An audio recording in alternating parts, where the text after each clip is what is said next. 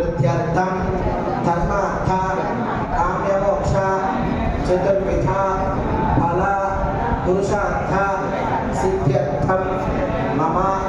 दम्पत्योः सहकुटुम्बस्य ये ये ग्रहाः अरिष्ट स्थानेषु स्थिताः तैस्तैः क्रियमाण करिष्यमाण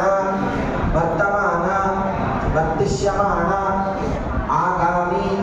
समस्त दुष्ट अरिष्ट स्थान परित्यज्य